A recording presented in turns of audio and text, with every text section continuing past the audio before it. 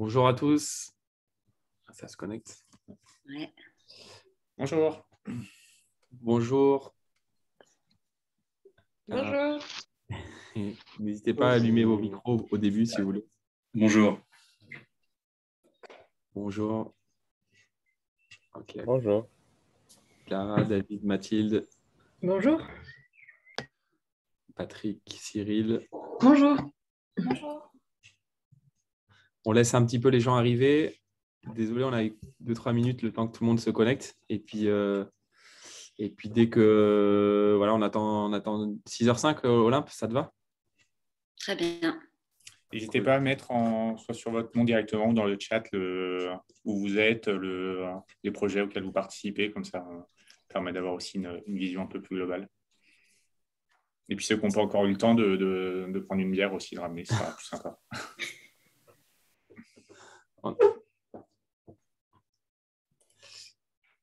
Tac, on est combien? Une vingtaine. On laisse passer quelques temps, et 2-3 minutes. Adrien, c'est bon. On a de la chance, on est dans un café là. Aujourd'hui, on sous-occupe le café, le super café que vous voyez dans notre dos. Ouais. Donc on a la chance d'être ravitaillé en bière pour faire patienter. Et à Toulouse, c'est pareil. On est dans une dernière salle de restaurant, donc on est aussi approvisionné. Tout va bien. On va pas mourir de soif. Je crois qu'il y a un message de Vincent. C'est Vincent Domingue, je crois. Exactement, ouais. Vincent, ça fait plaisir de te voir ici. C'est Ouais. cool. De même. Patrick à Lorient, enchanté. Du coup, Patrick, c'est Patrick Florio, c'est ça? C'est ça. Ok, enchanté. Enchanté, Patrick. Salut. Alors, Adeline, admis. On va peut-être, on peut peut-être commencer comme ça. Voilà, les gens prendront au fil. Ouais. Bonjour à tous. Super content de vous voir ici. Donc, moi, c'est Alexandre Borne et donc je suis directeur général et cofondateur de Belleville. Et donc, je suis accompagné de pas mal des associés que vous verrez ici dans les vignettes. Donc, il y en a un qui est à côté de moi déjà. Sébastien. Voilà. Enchanté. Il y en a un autre qui est plein de couleurs, Adrien. Bonjour à tous, donc Adrien Radurès, ouais. Je suis cofondateur et directeur général délégué de Belleville. Basé à Toulouse. Je vois François, je pense qu'il était caché sous l'étiquette Atelier Arpan, là, architecte. Tu es là, François? Pas de micro. Ouais, salut, je suis là. Bonjour tout le monde. Cool. Voilà, je crois que dans les associés, puis il y a Olympe qui fait partie de l'équipe Belleville qui est basée aux États-Unis. Voilà. Bonjour. Bonjour à tous. Merci d'être là. Et je pense qu'il y a d'autres personnes. Il y a Diane qui doit être dans le coin et qui ne s'est pas connectée encore. Bon, on vous présentera d'autres personnes de l'équipe, mais du coup, pour nous, déjà, on vous remercie d'être là.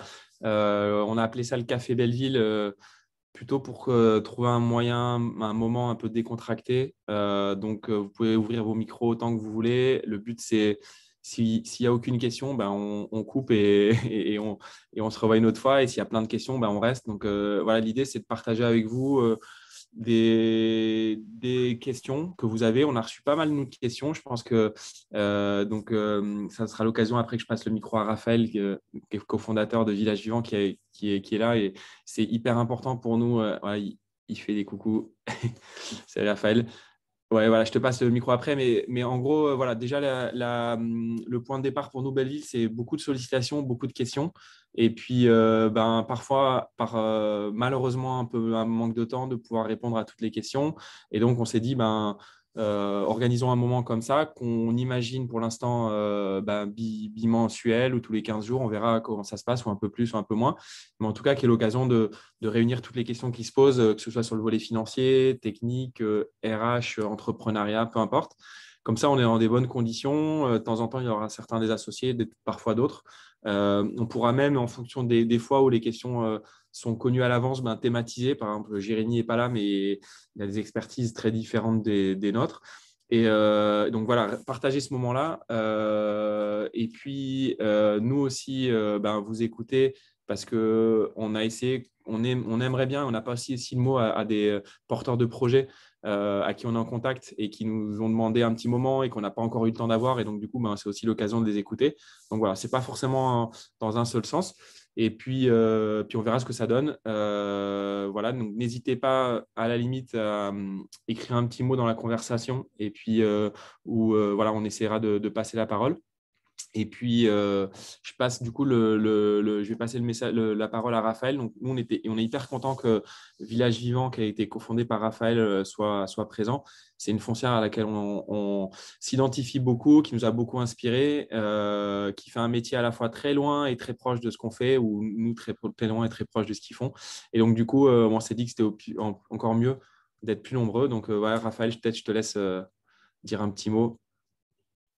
Ouais, merci Alexandre et l'équipe de Belleville. Bonjour à tous. Il y a quelques visages que je connais ou j'ai déjà vu dans des visios ou au téléphone. C'est clair que l'écosystème est petit, mais c'est bien. Tant mieux. L'idée, je présente vite Village Vivant, mais c'est aussi laisser la place à la discussion et aux questions-réponses. Hein. C'était l'idée du Café Belleville et je vous remercie de m'avoir invité pour ça, peut-être de partager nos réponses et nos expériences lors de cet échange. Village Vivant, pour présenter rapidement, donc ça a été dit, je suis cofondateur, co-gérant de Village Vivant et en charge de la direction des opérations. On est une coopérative qui a décidé de s'attaquer au foncier, à l'immobilier en milieu rural, avec une activité qui est d'acheter, de rénover et de louer des biens, des immeubles, à des porteurs de projets dans le champ de l'économie sociale et solidaire. Concrètement, c'est je veux monter une épicerie en Scope, je veux monter un café associatif, un café-jeu, un tiers-lieu, une ressourcerie. Mais j'ai plein d'énergie pour le faire et j'ai un super projet. Mais d'investir 50, 100, 150 ou plus 1000 euros dans les murs, plus les travaux, plus la mise aux normes, je n'ai pas la capacité de le faire, ce n'est pas mon métier. Et en plus, mon banquier ne me suit pas. Et donc, je vais voir Village Vivant. Et puis, nous, on prend le risque de le faire avec un process d'instruction particulier. Voilà. Et puis, une location au porteur de projet. Alors, on est plutôt sur des projets, un peu plus petits que Belleville, mais là-dessus encore, ça peut se discuter. Mais en tout cas, on peut aller de la cellule commerciale qui fait 40 mètres carrés jusqu'à un projet un peu plus de tiers-lieu qui va être un peu plus grand. On est basé sur le quart sud-est de la France, plus précisément dans la Drôme. Comme chacun sait, la Drôme est bien le centre du sud-est de la France. Il faut toujours être le centre de quelque chose, donc voilà. On a 5 opérations à notre actif. Une aubergerie sous forme coopérative en Ardèche, une librairie coopérative dans l'Ain, des bureaux pour une association d'écomobilité dans la Drôme. J'en oublie une brasserie artisanale dans le Vercors.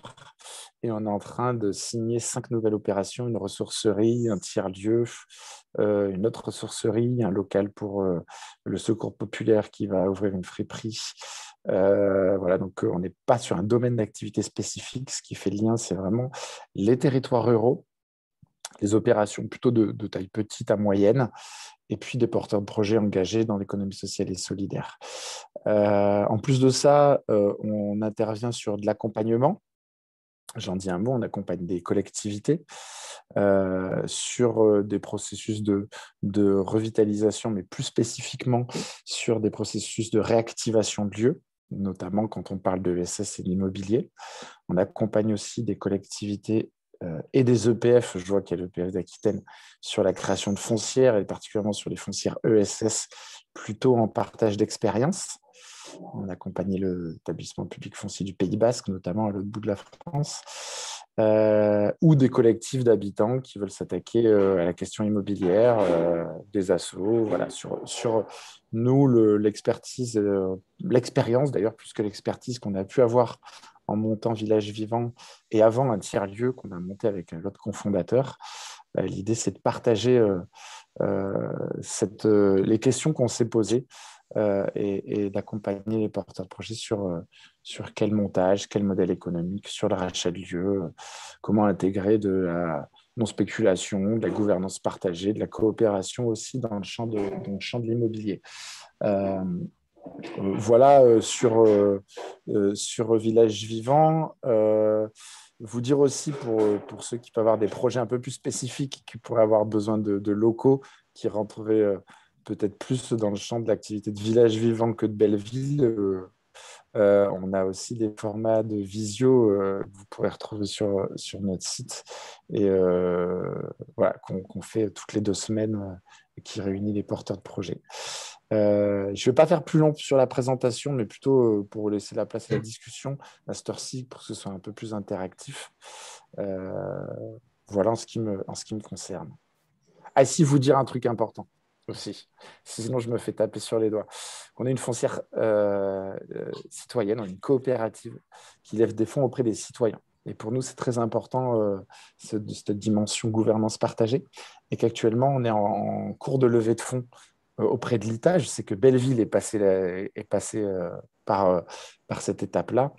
Et je vous mettrai le lien. Donc, pour les curieux, les généreux ou ceux qui veulent donner c'est de l'impact à leur épargne, vous pourrez choisir entre Belleville, je ne sais pas si elle a encore ouvert votre campagne.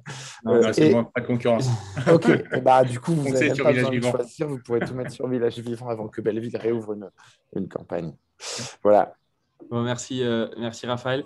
Peut-être pour un mot, moi je suis parti du principe, on est parti du principe qu'on se connaissait, mais peut-être que ce n'est pas à 100% le cas. Donc en un mot sur Belleville, Belleville c'est une foncière agréée ESUS depuis 2019, donc entreprise solidaire d'utilité sociale.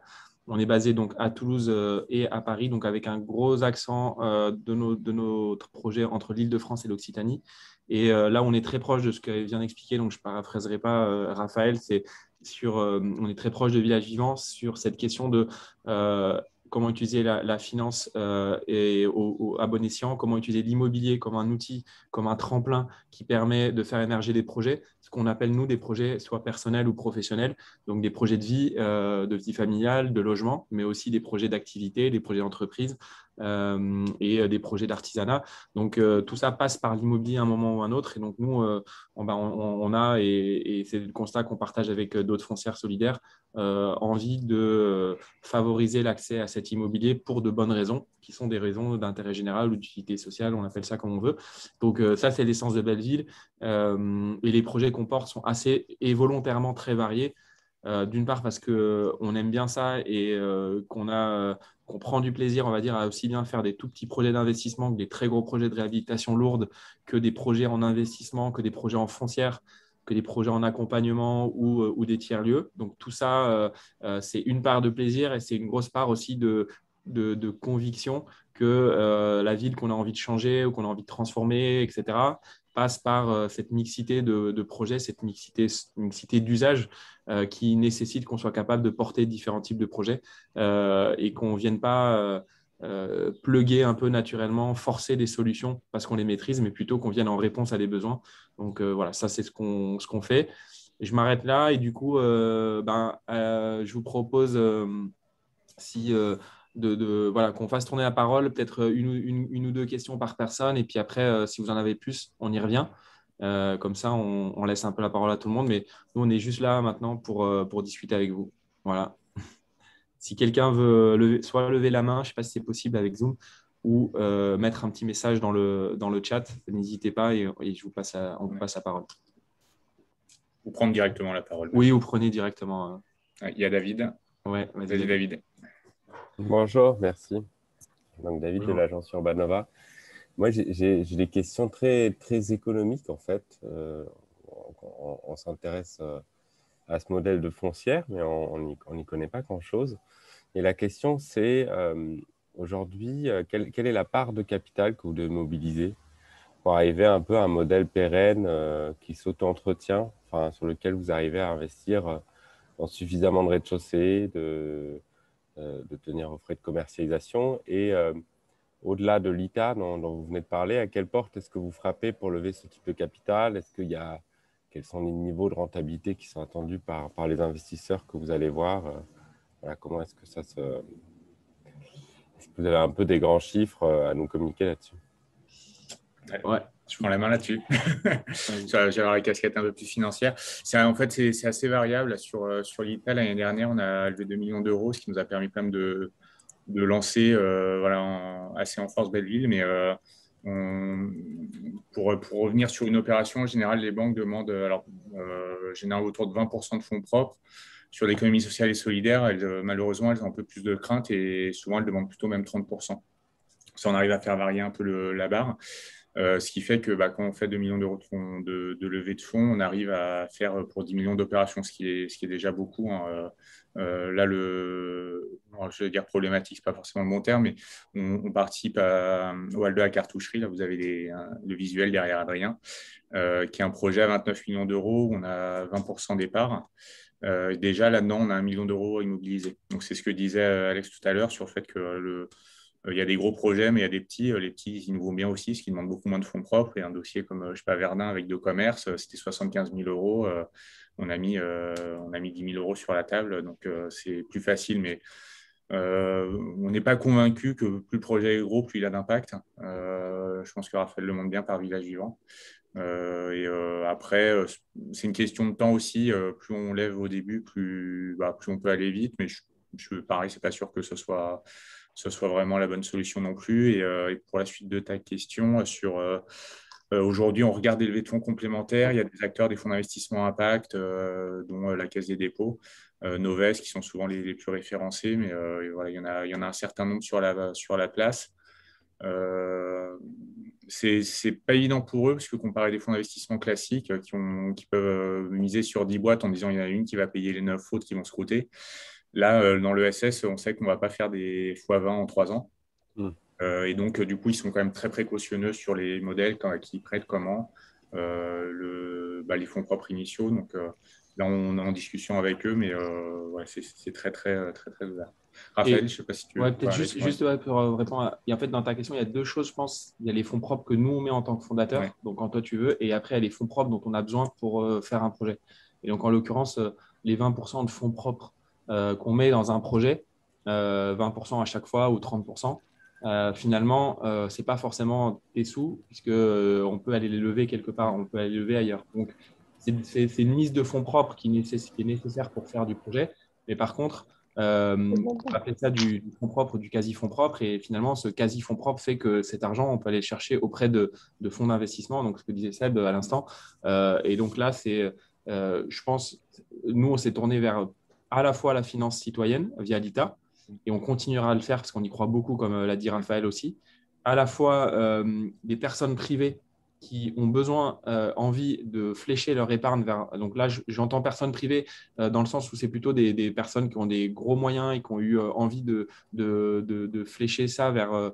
Aujourd'hui, c'est quasiment des banquiers systématiquement qui leur proposent de comment flécher leur épargne. Donc ça, c'est une autre, et je pense que c'est une piste intéressante de gens qui peuvent faire bouger les choses aussi avec des moyens un peu plus élevés. Sachant que nous, on a levé 2 millions auprès de 728 personnes. Donc, voilà, c'est un ticket moyen, je n'ai plus le en tête, mais quelques milliers d'euros. Et puis, donc ça, et après, il y a les fonds d'investissement, etc. Sur la mise de départ des fondateurs, en fait, plus tu vas lever des fonds pour apporter ces 20 ou 30% de fonds propres, et plus eux vont vous demander soit des garanties, soit un apport. Donc, en fait, l'apport qu'on fait, pour moi, soit tu fais sans lever, et donc systématiquement, c'est les 20 ou 30% qu'il faut mettre de ta poche, soit tu fais en levant au-dessus, comme le fait Village Vivant, comme on le fait. Et là, pour le coup, ce sont ces investisseurs-là qui vont dire, pour vous prêter, j'ai besoin que vous mettiez. Et j'ai besoin que vous mettiez, il est négociable.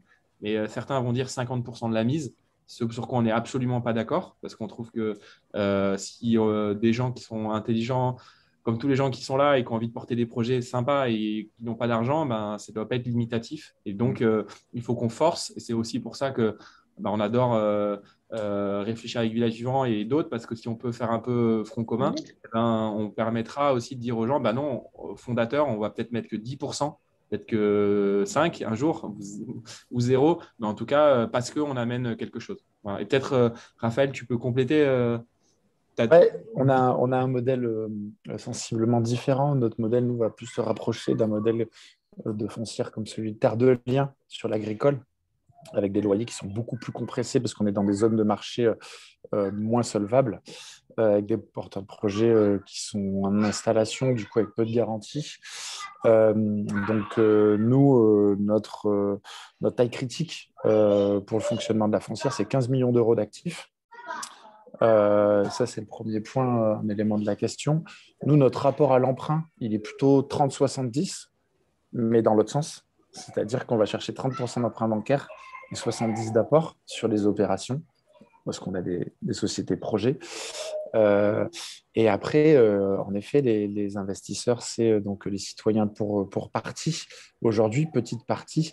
Et après, les fonds d'investissement, Banque des Territoires, Ecofi, France Active Investissement et d'autres.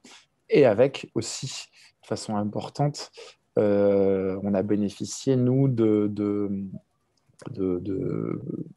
subventions assez importantes au démarrage pour financer le déficit d'activité. Ça, c'est le propre de pas mal de foncières, d'arriver au point mort le plus vite possible, mais il faut quand même un petit moment. Et nous, toute la partie R&D, on a bénéficié de subventions d'investissement. Voilà, en gros, les données là, par rapport à cette question-là. Je complète un peu aussi. Je sais pas, Raphaël, tu diras peut-être aussi le pourcentage. Nous, sur l'ITA, on était à 5% de rémunération. On retombe souvent là-dessus. Et alors, ce qu'on considère être bien payé, mais ce qui nous a permis aussi de lever beaucoup. Je pense qu'on avait proposé que 2,5 ou 3, on n'aurait pas levé autant. Et en complément aussi, sur la partie foncière, il y a quand même possibilité sur chaque projet d'investir en investissement avec la Caisse des dépôts qui peut mettre jusqu'à 40%. Donc, on démultiplie les frais de dépôt. Donc voilà, quand on additionne tout, aujourd'hui, en fait, il y a beaucoup de projets collectifs qu'on accompagne et qu'on vient de mettre la dernière pierre qui sécurise un peu tout le monde, pas banquier financier. Et donc finalement, à notre hauteur, mais avec 2 millions d'euros, on est impliqué dans 40 à 50 millions d'euros de projets, même si notre quote-part, elle est plutôt de l'ordre de 12 à 15 millions. Je crois que Raphaël, tu es en taux d'investissement, je ne sais pas sur… Nous, on est beaucoup plus bas, justement, parce qu'on a ce modèle différent. Nous, on est à 1% qui est presque de l'ordre symbolique. Avec un peu de Aujourd'hui, on a une déficit, mais on ne peut pas la proposer avec l'ITA et on est en train de changer notre statut pour passer en SA, pour proposer des parts sociales sur lesquelles il y aura des fiscs un peu plus certaines. Mais aujourd'hui, on est un peu dans un flou, enfin en tout cas dans une incertitude juridique qui fait qu'on ne peut pas le proposer avec certitude sur l'ITA. Et voilà. Ok. Je vais passer la parole à Mathilde. Mathilde Sille, ouais. Vas-y, Mathilde. Enchantée. Bonjour, merci beaucoup de me passer la parole. Une question bien plus terre à terre, mais qui sera complémentaire. Du coup, nous, donc on est établissement public foncier de Nouvelle-Aquitaine. Donc notre métier, c'est d'acheter du foncier, de le porter pour un temps court, de le gérer, puis ensuite de le revendre pour permettre la valorisation des sites. Et du coup, ma question, c'est de savoir à quelles conditions on peut vous faire venir, vous, Village Vivant, on peut vous intéresser, avec quel type de projet on peut imaginer un montage avec vous. Donc, imaginez de réaliser ce qu'on ne sait pas faire, nous. Donc, c'est du portage à temps plus long. Nous, on est obligé de céder les actifs au bout de quelques années. Et puis aussi, rechercher un porteur de projet, parce que ça aussi, on ne sait pas faire. Donc, un occupant. L'objectif, c'est de revitaliser les cœurs de ville, les cœurs de territoire, ou aussi de valoriser des fonciers atypiques qui ne vont pas pouvoir se valoriser sur le marché privé classique. Et donc, à quelles conditions, quel type de projet dans notre région Nouvelle-Aquitaine? J'ai bien entendu que vos attaches territoriales aux uns et aux autres, elles ne sont pas trop sur la Nouvelle-Aquitaine, même s'il y a eu cette petite exploration de villages vivants sur le Pays Basque. Nous, on ne travaille pas sur le Pays Basque, on travaille sur 10 départements de Nouvelle-Aquitaine. Donc voilà, à quelles conditions à la fois géographiques et puis en termes de typologie de projet, on pourrait imaginer trouver un projet qui puisse nous réunir et un montage, donc un chaînage entre notre intervention et puis la vôtre, que ce soit celle de Village Vivant ou vous, Belleville. Tu me dis, Adrien, si tu veux répondre. Oui, je peux prendre ça. Ouais. Alors, déjà, merci d'être là en tout cas, parce que nous, on a bien identifié que les établissements publics fonciers, c'est clairement des partenaires potentiels pour Belleville en tout cas. Nous, ce qu'on veut vraiment, fondamentalement, les 5 fondateurs, c'est participer à de la redynamisation de territoire. On est à fond là-dessus. On essaie vraiment de trouver ces projets-là qui ont cet impact-là, qui permettent vraiment de travailler sur des bâtiments qui ont des caractéristiques architecturales fortes, qui vont réunir en fait tout un tas de porteurs de projets. Donc ça, c'est vrai que pour nous motiver, c'est hyper intéressant de travailler sur des bâtiments qui ont déjà beaucoup de sens et sur lesquels il y a aussi des volontés territoriales. Et après, nous, aujourd'hui, effectivement, on est un peu limité malgré tout par nos fonds propres. On a évoqué le sujet du fonds propre, donc on essaie de travailler sur ces levées de fonds. Donc à l'instant T, on a déjà consommé un petit peu de nos fonds propres, donc on ne peut pas s'engager partout. Mais on est en train de s'organiser pour améliorer ça et on est en train de travailler sur des levées de fonds. Après, c'est sur la mesure de l'impact. En fait, on a fait un gros travail en interne à Belleville pour travailler sur la mesure de l'impact de nos projets. Donc, en fait, on a benchmarké tous les référentiels qu'on a trouvés sur l'immobilier responsable, l'immobilier solidaire. Et avec ça, on a essayé de créer une grille d'impact pour valider en fait que toutes les ambitions qu'on porte avec les fondateurs de Belleville et même avec les salariés de Belleville, elles puissent être mesurées et validées dans le cadre d'une grille d'impact. Donc ça, c'est peut-être un élément sur lequel on va pouvoir communiquer. Et voilà, quand on est sur des villes moyennes où il y a des grosses ambitions, où la grille d'impact est adéquate, nous, on sera emballés pour faire le projet. Après, aujourd'hui, on a aussi 2 implantations géographiques un peu privilégiées. Ça reste l'Occitanie et l'Île-de-France.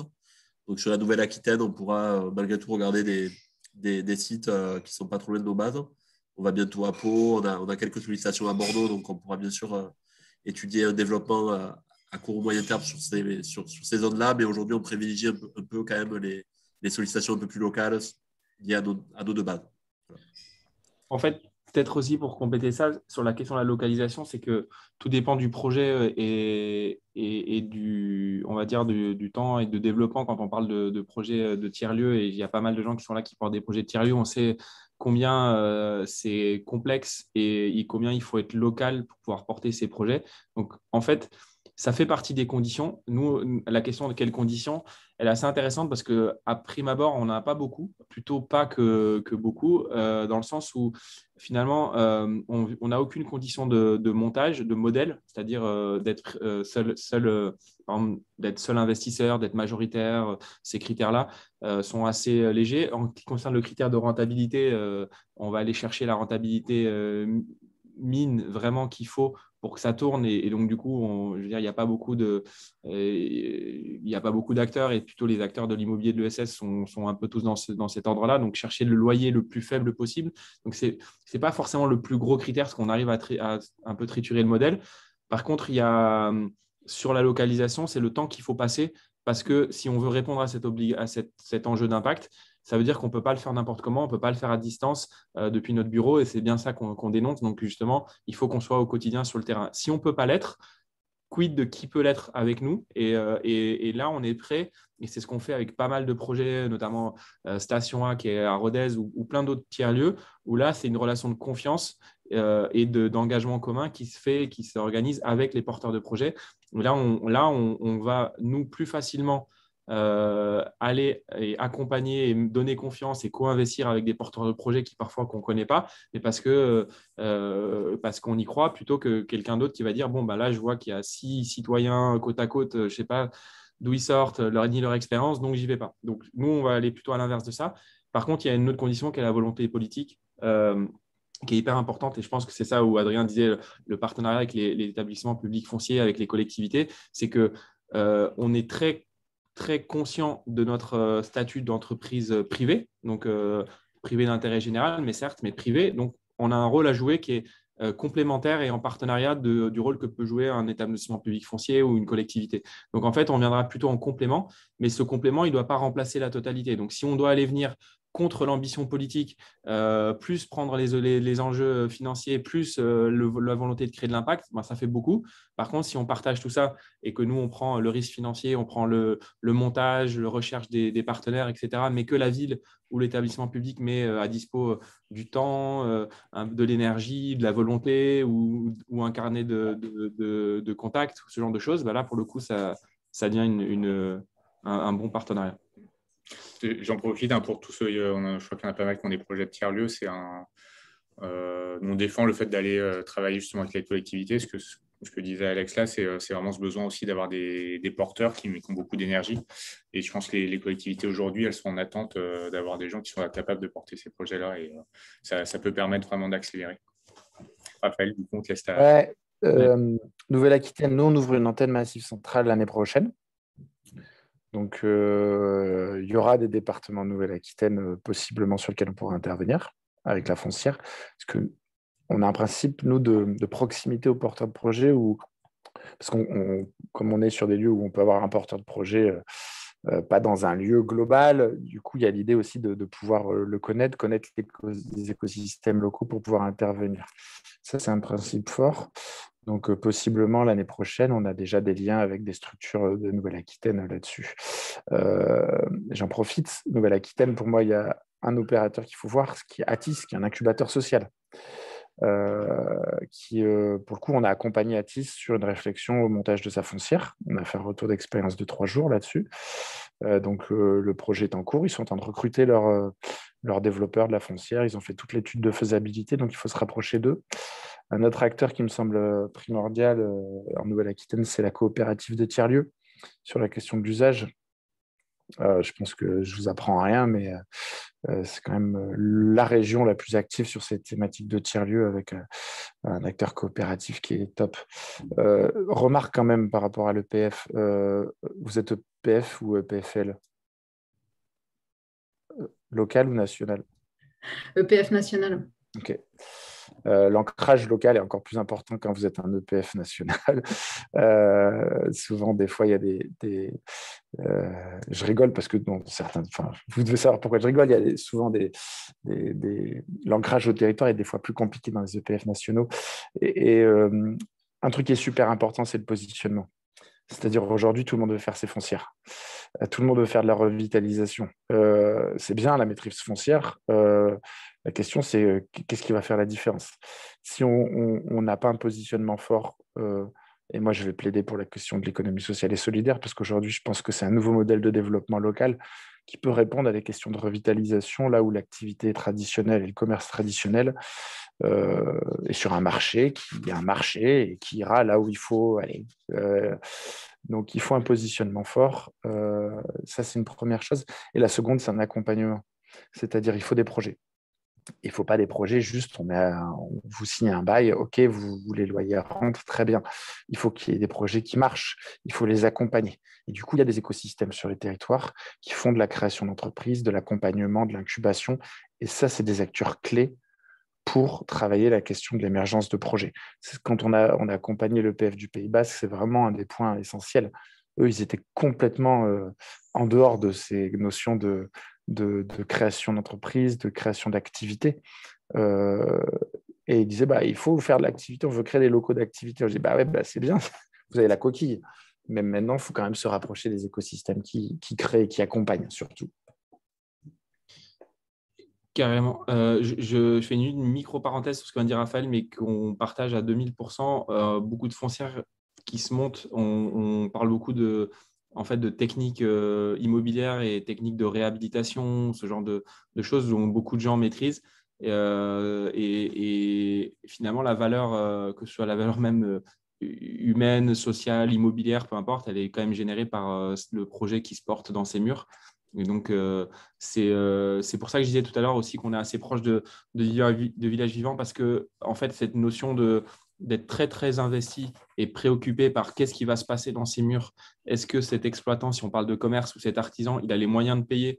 Est-ce qu'il va durer? Quel est son projet? Qu'est-ce qu'il apporte au territoire, etc. C'est hyper prégnant et malheureusement, en fait, beaucoup d'outils qui sont en train de se monter sont des outils techniques qui auront beaucoup plus de fonds que nous tous réunis, beaucoup plus d'impact, etc., qui vont faire beaucoup de réhab, mais par contre, qui vont avoir moins d'attention, et j'espère pas, je souhaite qu'ils en aient, mais à ce qui va se passer dans les murs, à la programmation, à la politique des prix, à la capacité, à la mixité sociale et culturelle dans les lieux qui vont s'ouvrir. Et voilà, ça, je pense que c'est un élément que Raphaël t'évoque qui est hyper important. Alors, pour passer la parole, je crois que Patrick de Lorient Cyril, dans le 95 aussi, vous avez des projets de tiers-lieux. Est-ce que vous voulez nous en parler ou... Du coup, on donne à Patrick et Cyril après. Ouais. Ouais, bah moi, je travaille sur un projet de tiers-lieu nourricier en Sud Finistère. C'est un projet qui est accompagné par le TAC 56, donc l'incubateur ESS local. On est en lien pas mal avec Terre de Liens en fin de compte, puisque le foncier agricole doit être porté par une SCI Terre de Liens. Après, c'est un projet, Terre de Liens en Bretagne on porte le foncier sur des projets qui sont plus petits que ça. En général, c'est des terrains à 100 000 balles en gros. Nous, il y a des bâtiments sur ce terrain, et puis c'est un beau terrain. Bon, c'est un projet un peu gros, en fait, je pense, pour la SCI. Du coup, je me suis pas mal intéressé effectivement à ce que faisait Belleville et Village Vivant en me disant, mais il y a peut-être un pont à trouver. Bon, malheureusement, j'ai cru comprendre que vous n'étiez pas du tout en Bretagne. Mais par contre, d'une part, moi, je serais bien intéressé de savoir si vous avez ce type si vous connaissez des confrères quelque part en Bretagne, d'une part, ou si on peut, comment dirais-je, si on peut essaimer ce genre de truc en Bretagne, parce que l'écosystème ici à Lorient, entre Lorient, Vannes, Quimperlé, il y a vraiment pas mal de choses qui se passent.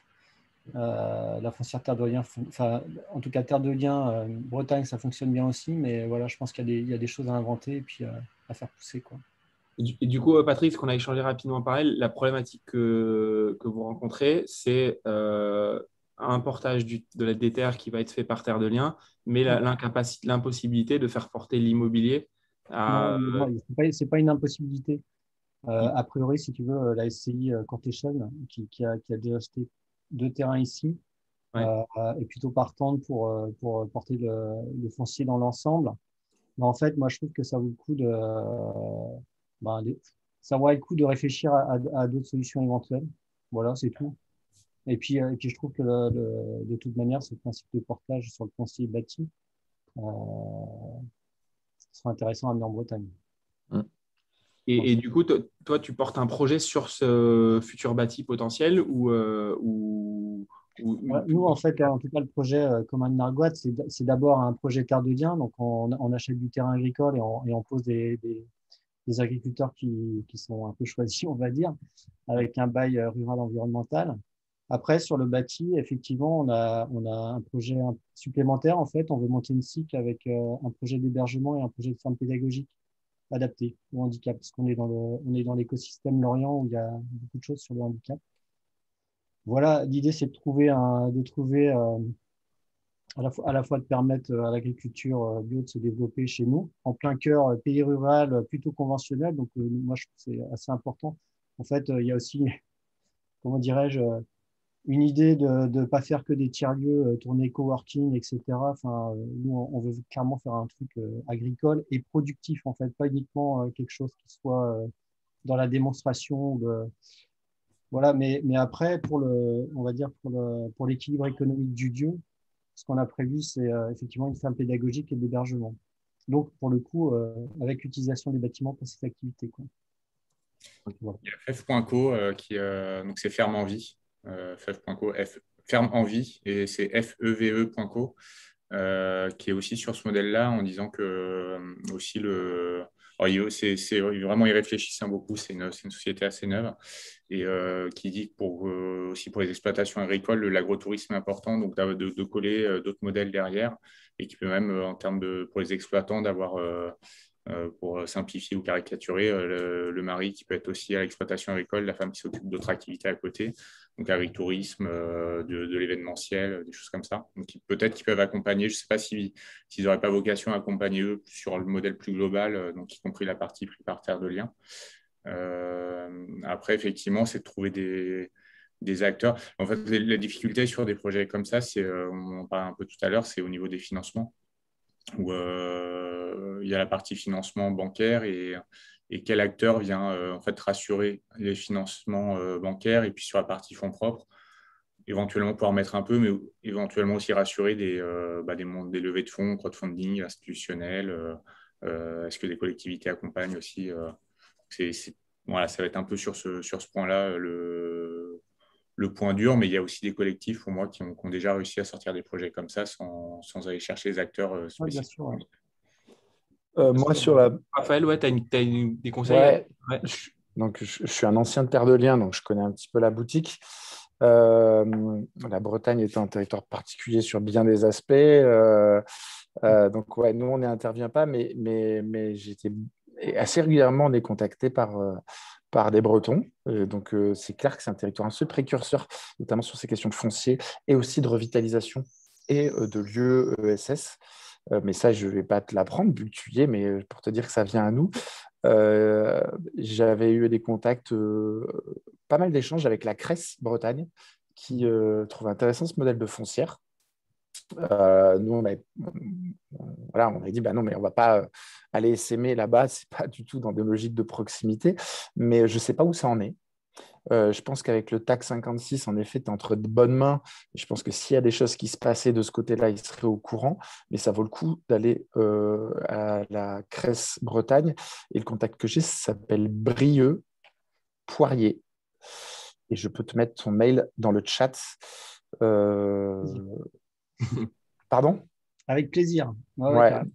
Donc, malgré la distance, voilà, c'est les contacts que je peux te donner. Et j'aurais pas bien mieux si quand même tu as les contacts et Terre de Liens, et TAC 56 et la Cresse. Tu auras fait le tour s'il y avait quelque chose qui se passait, malheureusement. Et on n'a pas prévu d'essaimer là-bas tout de suite, nous, en tout cas. Tu as un autre acteur aussi breton, alors je pense qu'il est plus sur du portage immobilier sur des locaux d'activité. Et c'est Brésimo. Alors, tu as Arkea dedans, Caisse des dépôts. Eux, en fait, ils achètent le bâtiment. Donc, au début, tu es locataire et ils t'offrent la possibilité, au bout d'un moment, de racheter le bâtiment. Ok. Donc, je ne sais pas si ça pourrait coller aussi là-dedans. Ça fait des bonnes pistes. Et pas du tout dans la partie agricole, mais tu peux aussi contacter les gens de la PAM à Brest, que tu connais peut-être, pour le coup, qui est un tiers-lieu qui se monte, des gens très cool, qui montent un lieu dans une ancienne imprimerie de Brest qui s'appelait la PAM. Du coup, ils ont été créatifs, ils ont repris le nom. Et c'est vraiment chouette. Je pense qu'ils sont connectés avec pas mal de monde, mais pour le coup, dans un autre domaine, plutôt culturel, etc. Mais je pense que ça fait aussi partie de l'écosystème à connecter. Okay. Voilà. Ça, on pourra te passer le contact aussi. Merci. Cyril, ouais, si j'ai bonne mémoire, vas-y. Ouais, bonjour. Moi, j'ai un projet de tiers-lieu dans le 95, donc a priori, je suis dans la zone couverte par Belleville. Donc ça, c'est plutôt déjà une bonne nouvelle. Plutôt dans la partie nord du 95, donc c'est vraiment une zone un peu semi-rurale avec de la campagne, des petites villes et pas grand-chose d'autre en fait. Il n'y a vraiment pas beaucoup il n'y en a même pas du tout de tiers-lieux et de lieux sympas dans le coin, donc je pense vraiment qu'il y a un truc à faire. Il y a aussi vraiment besoin d'espaces de coworking, d'espaces de restauration, etc. Donc, voilà, donc pour l'instant, moi je suis en reconversion, donc le projet n'est pas encore super avancé, mais j'avance sur le projet et je commence à chercher des lieux. Vous parliez des collectivités locales tout à l'heure, alors je ne sais pas si c'est plus particulièrement ici, mais en tout cas, il y a quand même beaucoup de maires et de collectivités locales, quand on leur parle de tiers-lieux, ils ne comprennent pas du tout de quoi on parle et ils ramènent ça à des commerces traditionnels. Donc ça, c'est un petit peu compliqué de faire changer les mentalités là-dessus. Et puis après, sinon, j'avais une question sur les étapes un petit peu. Comment ça se passe si par exemple, je trouve un lieu potentiel, j'avance dans le projet. Comment ça se passe pour vous proposer potentiellement d'y participer, quels sont les critères, même si vous y avez déjà un peu répondu, et puis voilà, combien de temps ça peut prendre pour que ça aboutisse. Écoute, j'ai envie de te passer la parole à Raphaël, et juste avant de le faire, parce que Raphaël, en gros, pour moi, il y a deux choses. Il y a les étapes pour le projet, et donc ça, c'est du montage de projet. Et je pense que Raphaël, tu pourras, parce que vous avez mis en place, on en discutait il n'y a pas longtemps, une méthode là-dessus. Donc, je pense que ça, c'est un premier point qui peut être développé. Et nous, de notre côté, en fait, si tu veux, avec Belleville, c'est un vrai sujet hyper intéressant parce que dans le principe, dès que tu as une idée, tu nous appelles et on regarde. Mais dans la réalité, c'est plus compliqué parce qu'on manque de temps et que voilà, on peut pas. Et c'est aussi pour ça qu'on est là en fait sur ce café, c'est qu'on a envie de partager les sujets comme ça. Et parfois, il faut que le projet ait une certaine maturité. Pour nous, en fait, ce qu'on a fait, on a fait un truc un peu qui n'est pas fini, mais qu'on pourra t'envoyer, qui est une sorte de liste de questions à des porteurs de projets en disant, en fait, ce n'est pas du tout à vocation brute, c'est ça nos conditions, mais c'est plutôt, dis-nous ce que tu as dans toute cette liste et si, en fonction de ce que tu as, peut-être tu n'as pas beaucoup, mais en fonction de ce que tu as, ça nous permet de mieux comprendre où tu en es. Et du coup, dans ces questions, il y a qui sont les porteurs de projets, qu'est-ce que vous faites, pourquoi vous le faites, quelle est votre motivation, d'où viennent vos revenus, les revenus du projet. J'entends, est-ce que vous avez fait un bilan économique? Si oui, quel est-il? Est-ce que tu peux l'envoyer?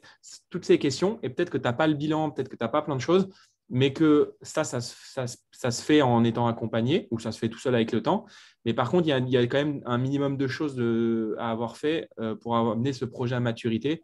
Et donc, ça dépend vraiment des cas. Mais en tout cas, nous, on essaye de faire ça. Et je pense qu'en posant ces questions, ça aide le porteur de projet en disant, parce qu'on ne peut pas, nous, faire ce travail d'accompagnement. On essaye de le faire. En fait, on le fait. C'est là où j'entends, peut-être tu ne réponds pas à 100% des points, peut-être tu réponds qu'à 20%, et du coup, on va le faire sur les 80% restants, mais ça veut dire qu'on aura jugé que les 20% premiers sont suffisamment forts et qu'il y a voilà, et parfois, c'est juste les réseaux, le collectif, ou parfois, c'est l'idée ou le concept. Donc, mais il faut quand même amener le projet à une certaine maturité qui nous permet de dire, voilà, on y croit et parce que malheureusement, on ne peut pas aider à accompagner le montage de tous les projets. Et peut-être, Raphaël, je te passe la parole. Peut-être si tu veux dire un mot pour nous, pareil, on a structuré ça. Bon, ça ne s'adresse pas à toi, mais si on a d'autres, je réponds quand même. Nous, on a des visios collectifs tous les 15 jours qui sont la porte d'entrée où on répond aux porteurs de projet, où on détaille. On a des fiches d'instruction qui nous permettent d'avancer étape par étape pour voir si les projets répondent aux conditions de village vivant, de maturité du projet, de viabilité économique, d'implantation, enfin de critères. Voilà. Et du coup, voilà, là-dessus, on a un flux qui peut, chacun peut s'inscrire sur notre site internet. Après, sur la méthode de projet, c'est difficile de le faire rapidement, mais oui, quand on fait de l'accompagnement à la structuration de lieu, on vient toujours nous voir en nous demandant « Ah, mais vous qui bossez dans l'immobilier, là, je vais acheter un lieu pour faire un tiers-lieu. Est-ce que je dois monter une SCI ou une SIC ?» Bon, ma réponse, c'est que j'en sais rien, parce que c'est la dernière question qu'on se pose en général. Et quand on monte un projet, nous, c'est comme ça qu'on fait de l'accompagnement, on repart toujours des étages, les fondations. Les fondations, c'est les enjeux. Les enjeux, c'est pourquoi je fais le projet. Je veux changer le monde, je veux gagner plein de sous.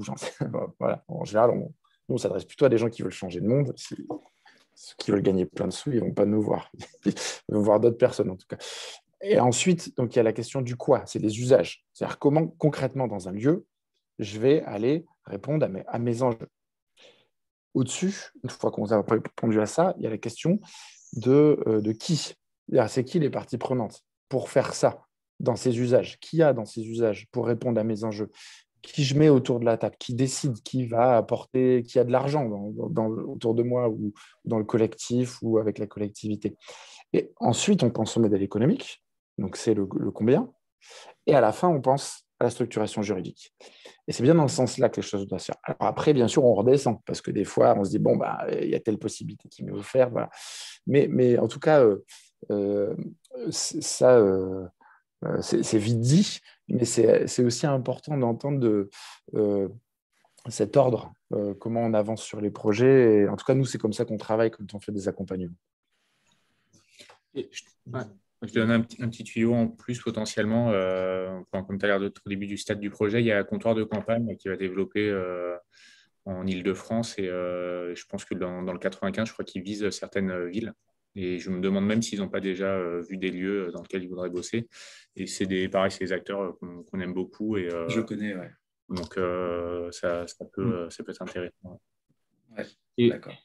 Tu l'as pas dit, Raphaël, mais dans votre méthodo, le lieu physique, je suis pas sûr, Cyril, que ce soit le premier truc à regarder non plus. Donc, il y a la structuration SCI, mais il y a aussi le lieu physique en soi. Alors, souvent, on nous dit que le lieu, on pense aussi que le lieu fait beaucoup. La qualité du lieu, son architecture, le patrimoine, voilà, toute cette dimension-là. Mais donc, il est important. Mais est-ce qu'il faut quand même partir du lieu? J'en suis pas certain. Moi, j'aurais plutôt tendance, mais alors c'est vraiment très personnel et plutôt de suivre ce que vient de dire Raphaël avec cette méthode qui fait que peut-être tu vas aboutir à un lieu qui sera peut-être moins parfait ou j'en sais rien, mais qui répondra à tout ce qui a été évoqué avant. Je ne sais pas si toi, Raphaël, tu partages ça ou tu mets le lieu en premier. Ça dépend, il n'y a pas une bonne recette. Nous, on est contactés par des gens, et puis c'est aussi comme ça que sont faits les tiers-lieux. C'est comme ça nous, on a fait un lieu qui s'appelle l'usine vivante au départ. Si on part du lieu, la cohérence, la pertinence du lieu, on ne le fait pas. Parce que c'est des lieux qui demandent une réhab incroyable, parce que ce n'est pas du tout adapté aux usages, mais parce qu'en fait, avec un lieu, tu fédères. Après, ça dépend qu'est-ce que tu fais dans ton tiers-lieu. Si tu as un projet entrepreneurial de location d'espace, etc., c'est pas, voilà, pourquoi pas. Et à ce moment-là, tu vas chercher la praticité, le modèle économique, etc. Sur des lieux qui sont en autogestion, qui veulent fédérateurs, c'est les énergies locales qu'il faut regarder plus que le lieu. Il y a plein de tiers-lieux qui fonctionnent super bien, mais qui sont des aberrations d'un point de vue patrimonial. Et puis, il faut pas le regarder. Mais parce que justement, ça fédère des énergies, des imaginaires, que à force d'empiler des petites boîtes, et ben, tu crées ce qui est un joyeux bordel qui va s'appeler un tiers-lieu, ça marche.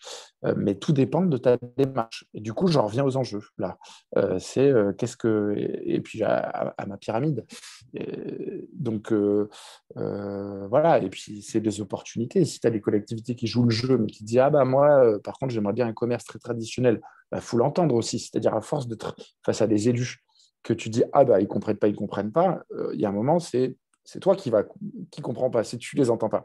Donc, c'est comment j'adapte aussi les besoins du territoire. Nous, on accompagne beaucoup de collectivités sur des démarches de revitalisation. En adoptant leur langage, bah, ils ont peut-être besoin d'un commerce. OK, bah, comment je vais travailler avec comptoir de campagne, parce que ça a été cité. Comment je vais travailler avec d'autres porteurs de projets en montant une alliance où il va amener un commerce de proximité, où moi je vais faire mon activité sur les étages, où j'en sais rien. Mais c'est aussi comme ça qu'il faut que... Voilà. Donc le lieu avant, après, ça va dépendre de ton projet. Ça va dépendre de ton projet. Et puis ça dépend des territoires, parce que tu as des endroits où il y a des lieux, il y a des endroits où il n'y en a pas, où c'est rare. Donc en fait, tu n'as pas le luxe du choix. Alors peut-être, on me dit Anne-Cécile... Je voulais poser une question, je crois. Je ne sais pas si je me trompe. Bonsoir.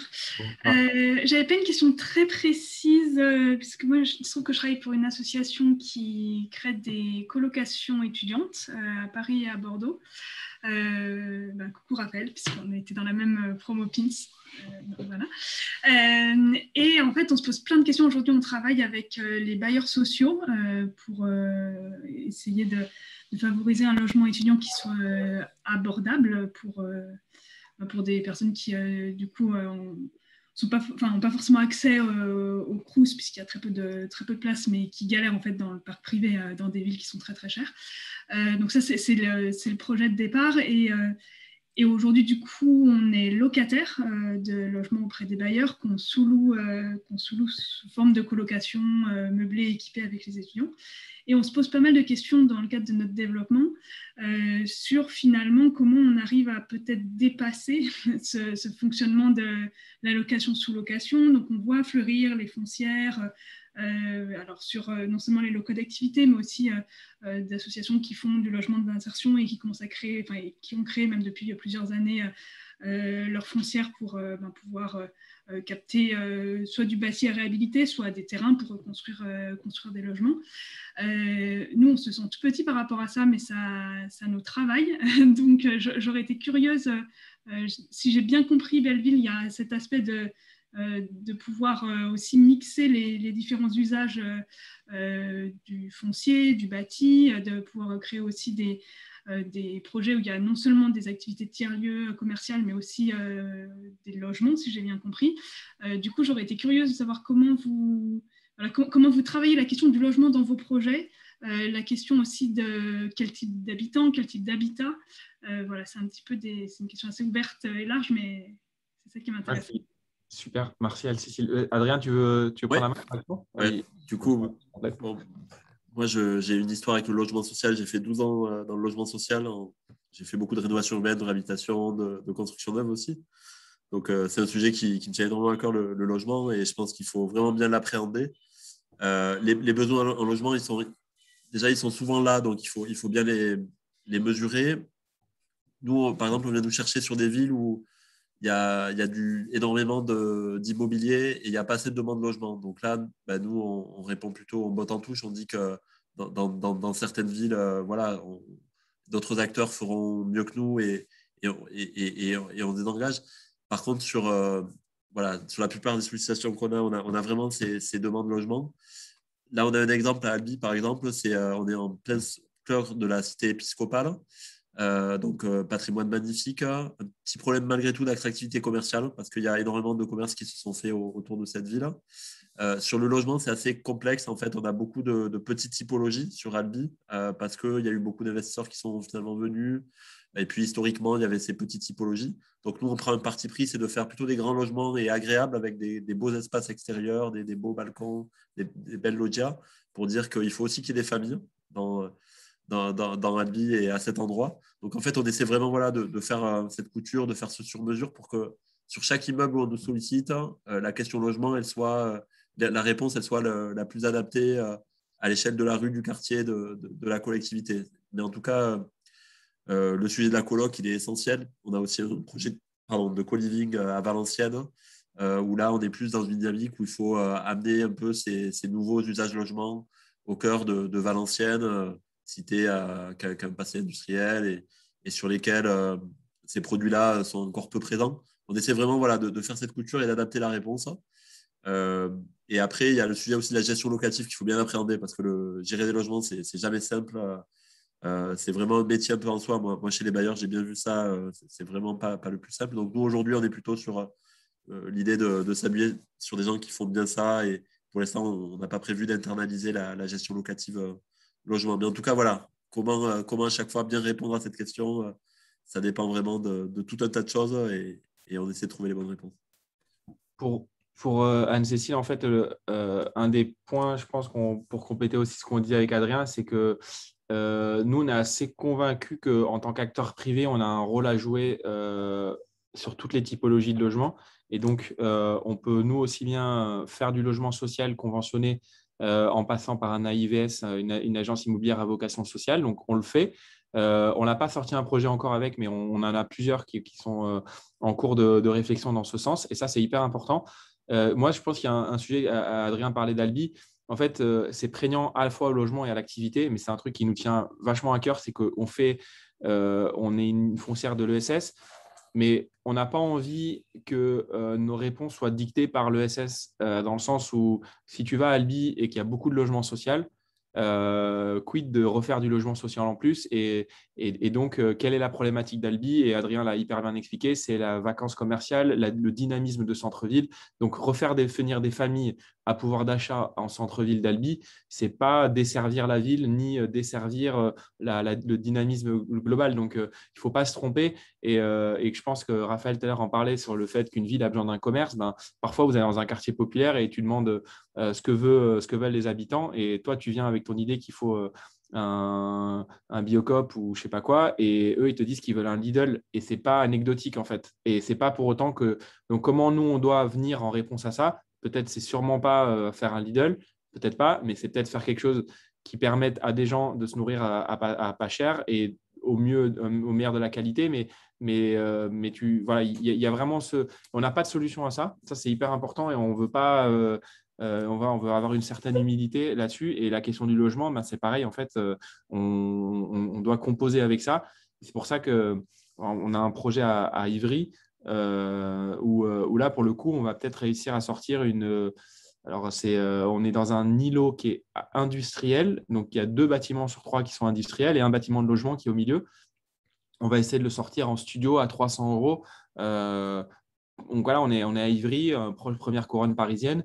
300 €, si on y arrive, on est en train de le travailler, mais si on arrive à sortir des studios à 300 €, non seulement on aura réussi, en plus le modèle économique, il existe. c'est pour ça que je parlais d'acteurs privés. C'est qu'en fait, évidemment, si on peut aller chercher de la sub ou du conventionnement, on va le faire. Mais globalement, on arrive à sortir à un équilibre économique en faisant le max pour que ça sorte au loyer le moins cher. Et parfois, 300 € ça rend des grands services à des gens qui cherchent du logement en première couronne parisienne. Et moi, l'œil que j'avais quand on a attaqué Belleville, j'avais un œil du logement, alors plutôt traditionnel, j'en gérais un peu dans une autre vie. Et après, tu avais cette question de dire est-ce que Belleville apporte quelque chose, toi, sur le logement par rapport à des acteurs de logements sociaux qui existent et ça fonctionne comme le dialogue, ce n'est pas forcément le seul sujet. Je crois moi, ce qu'ils m'ont appris en bossant avec eux, c'est aussi la notion de qualité qu'on veut mettre dans les logements. C'est parce qu'on fait des logements qui sont abordables, qui doivent être de moins bonne qualité. Ça, c'est un point qu'on défend aussi. Et je pense que les solutions de co-living, parce que je pense que le gros sujet que tu vas avoir, c'est dans les villes où l'immobilier est cher. Et dans ce cas, la solution de co-living peut être une solution. Est-ce qu'il y a des solutions aussi de portage je pense qu'il va y avoir des acteurs privés même qui peuvent vendre leur usufruit pendant 15 ans, ou ce qui permet d'avoir un portage foncier moins cher et donc de faire des loyers moins chers. C'est des solutions qui ne sont pas forcément très long terme, mais 15 ans, c'est déjà long. Donc, ça va être des sujets un peu différents. Il y a le BRS aussi, qui sont des sujets qu'on veut creuser. Donc, le bail réel solidaire, qui permet de payer le bâti, mais pas le terrain, et donc, du coup, de limiter les coûts aussi. Mais c'est des choses qui sont pas évidentes. C'est vrai que le logement dans les grandes villes. Pouvez-vous faire du BRS parce que je croyais que c'était que les OFS qui pouvaient faire ça. Alors, j'ai mal compris. Je vais laisser la parole à Diane, peut-être, sauf si elle ne répond pas et qu'elle ne peut pas, ou si elle n'est pas là, mais qui fait partie des équipes de Belleville. Je crois que elle a allumé son micro. Le micro s'est ouvert. Oui, je suis là. Vous avez de la chance. Hein, parce que je pourrais être en train de faire semblant de faire du présentéisme. Sur la question du BRS, non, effectivement, vous avez raison. Alors, je n'ai pas vu qui avait posé la question, ni d'où vous venez et quelle est votre connaissance du modèle très spécifiquement. Mais pour faire du BRS, il faut être agréé par un préfet de région. Donc, ça passe par un dossier qui est quand même assez conséquent, ne serait-ce que parce qu'il faut prouver qu'on peut garantir le rachat des baux. Donc ça, c'est une des contraintes principales pour pouvoir être agréé. Donc nous, on ne l'est pas encore. Mais c'est une réflexion qu'on est en train de mener. Et surtout, on peut travailler en partenariat avec des OFS déjà existants. Ça, c'est la piste la plus simple pour nous pour l'instant. Et on est en train de partir sur cette voie-là pour tester le modèle, pour voir si on ne peut pas collaborer sous forme de copromotion avec des opérateurs qui, eux, sont membres d'un OFS, ou revendre nos logements à un OFS. Enfin, voilà, il y a d'autres modes d'opération envisageables avant de monter notre OFS en propre, si jamais ça fait sens pour Belleville. Et Diane porte un projet avec Copimo, qui fait du BRS et qui fait partie de la coopérative francilienne, donc de l'OFS de la coopérative francilienne sur Montreuil. Donc voilà, on est en train de travailler avec Diane là-dessus. Tous les modèles sont bons. J'en profite pour dire, sur le logement, puis Anne-Cécile, on a un peu parlé, puis c'est très urbain et très logement, tout ça, donc je n'ai pas vraiment d'expertise là-dessus. Mais je suis plutôt saisi la balle de Diane. Je me disais, bon, c'est déjà parlé, du coup, je suis content que j'ai remis un petit peu les deux bouts. Et moi, du coup, je suis preneur plus tard, dans un autre cadre, qu'on approfondisse ces questions des BRS et comment vous bossez là-dessus, Diane. Voilà, content de te voir à Belleville. Il faut qu'on le teste, qu'on le mette en œuvre. C'est un beau modèle avec beaucoup de potentialités, mais il y a quand même beaucoup de contraintes législatives qui sont liées au modèle OFS-BRS. Ouais. Donc, il faut qu'on voit comment une foncière telle que Belleville peut s'insérer dans ce modèle-là, tout en conservant nos facilités d'accès. Je vois que Florence Com lève la main, que je connais aussi de la FEDEDECOP. Donc, peut-être si tu veux intervenir, Florence, je pense qu'effectivement, c'est le moment. Oui, je suis très contente qu'on aborde ce sujet. Moi, je suis venue à ce petit café pour apprendre à connaître Belleville, parce que je connais François, le fondateur, pour avoir fréquenté les bancs de l'école en même temps que lui. Donc, je partais avec un a priori très positif, mais j'avoue, j'avais du mal à comprendre exactement quelle est votre activité et comment vous arrivez effectivement à proposer des solutions à ces acteurs, notamment de l'ESS, mais aussi au territoire surtout. Et aux besoins des populations avec un modèle économique qui soit compatible avec un peu les rendements que vous appeliez, 5%. Moi, je suis d'accord avec vous, ça fait beaucoup. En tout cas, nous, On n'y arrive pas dans le logement social, puisque je travaille pour les COP HLM, donc les bailleurs sociaux à statut coopératif, SIC souvent. Alors, personne ne nous connaît, c'est normal, hein, pas de panique. On connaît, nous. C'est bien. Donc oui, moi je travaille particulièrement sur le sujet du BRS et c'est vrai que c'est un dossier à la fois très technique sur lequel on a développé une belle expertise et en même temps sur lequel on est toujours en recherche. Et notamment en ce moment, il y a un gros sujet sur le bail réel solidaire, c'est comment on l'adapte pour des locaux d'activité et des commerces. Parce qu'en fait, le BRS c'est chouette, c'est de la résidence principale. C'est quoi la résidence principale d'un commerce ? Donc c'est un peu la question autour de laquelle les experts tournent en se disant on voudrait la même chose pour des commerces, mais on ne sait pas ce que c'est la même chose pour des commerces. Donc je suis aussi venue vous rencontrer, on va dire, un petit peu ce soir pour ça, pour croiser des nouvelles têtes et des nouvelles expertises sur ce sujet-là, pour approfondir ça derrière. C'est la première question que j'ai posée à Diane quand elle est arrivée chez Belleville. Je crois que c'était ça que Raphaël avait en tête aussi. Hein. Ouais, moi aussi, bien sûr, parce que je sais qu'on suit ça d'un peu près ou d'un peu trop loin, mais bien sûr que c'est la déclinaison aux locaux d'activité de ça, parce que nous, on se retrouve coincés avec les mêmes mécanismes, et donc je suis preneur d'un échange de contacts et d'un échange plus tard sur ce sujet-là. Je sais qu'il y avait un travail parlementaire qui avait été mené là-dessus, mais je ne sais pas où ça en est. Alors moi, ça, je peux vous le dire, c'est dans la loi 4D. Et en fait, comme ils ne savent même pas, eux, ce que c'est qu'un bail réel qui sera adapté à de l'activité, ils ont dit, on le fera par ordonnance, ça nous laisse un an. Donc, au moins, on en est tous au même point. Donc, on peut ouvrir un groupe de parole assez large sur la question. Et bien, je prends note.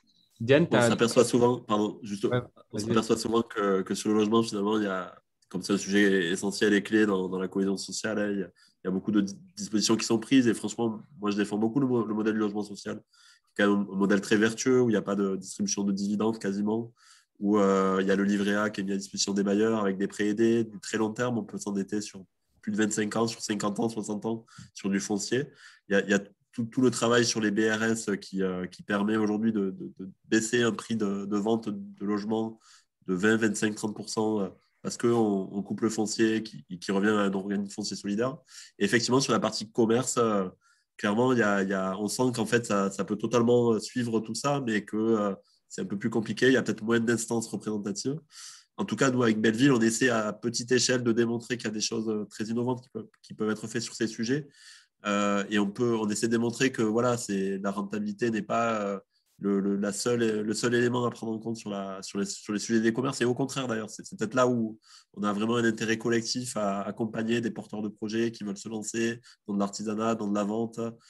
Donc nous, on essaie juste de démontrer qu'à petite échelle, il y a des nouveaux modèles qui sont disponibles. On fait aussi beaucoup d'appels à manifestation d'intérêt pour essayer de trouver des gens qui ont vraiment dans le ventre des beaux projets, qui vont nous les présenter, qui vont nous les vendre et qui vont nous donner envie de les suivre avec parfois des loyers modérés ou des phases de test. Parce qu'on a racheté par exemple le centre commercial de Croix-Daurade. Pendant un an, on ne va pas rembourser de prêt. Donc, on peut se permettre sur ces durées-là de tester des nouveaux porteurs de projets, des nouveaux concepts.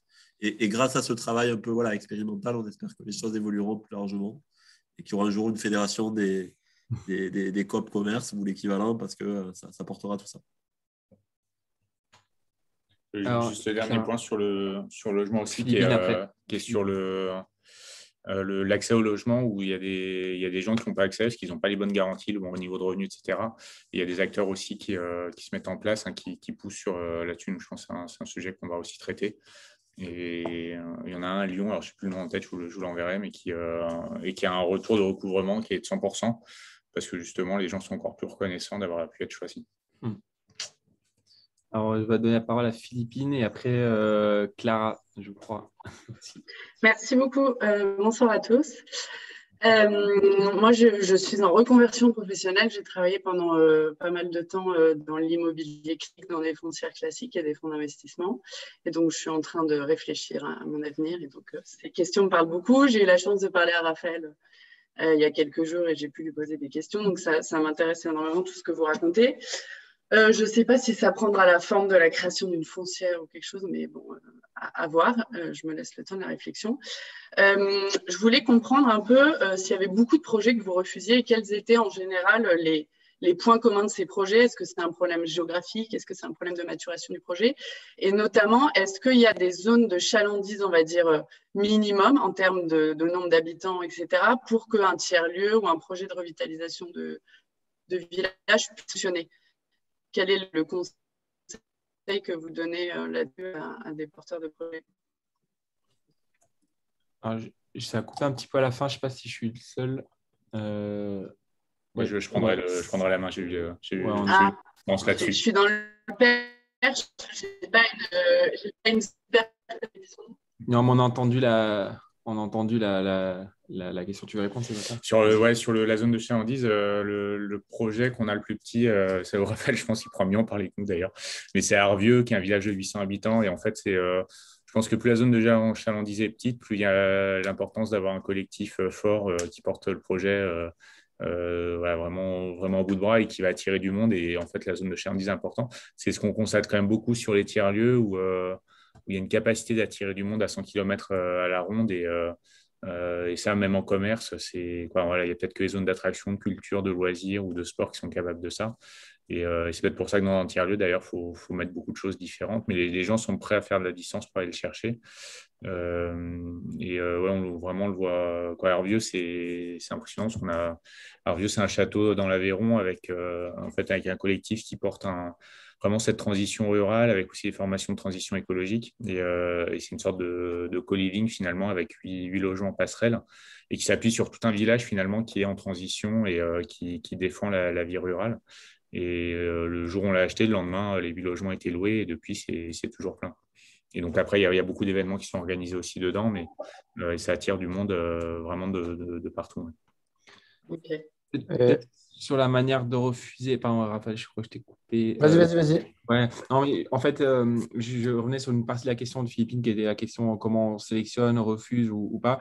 En fait, la question de la maturité, je pense généralement on ne refuse pas un projet par manque de maturité parce que c'est qu'il n'y a pas encore assez de projets pour le faire et je pense que la personne qu'on a en face à ce moment-là s'en rend compte aussi. Donc ce n'est pas vraiment un sujet.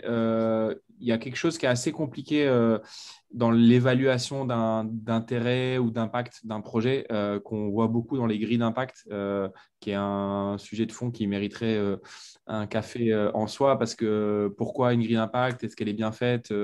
En fait, c'est nécessaire, on est convaincu que c'est nécessaire pour plein de raisons, ça permet de rationaliser la pensée et tout, mais c'est surtout pas suffisant. Et aujourd'hui, on a quand même fait aussi, il y a une part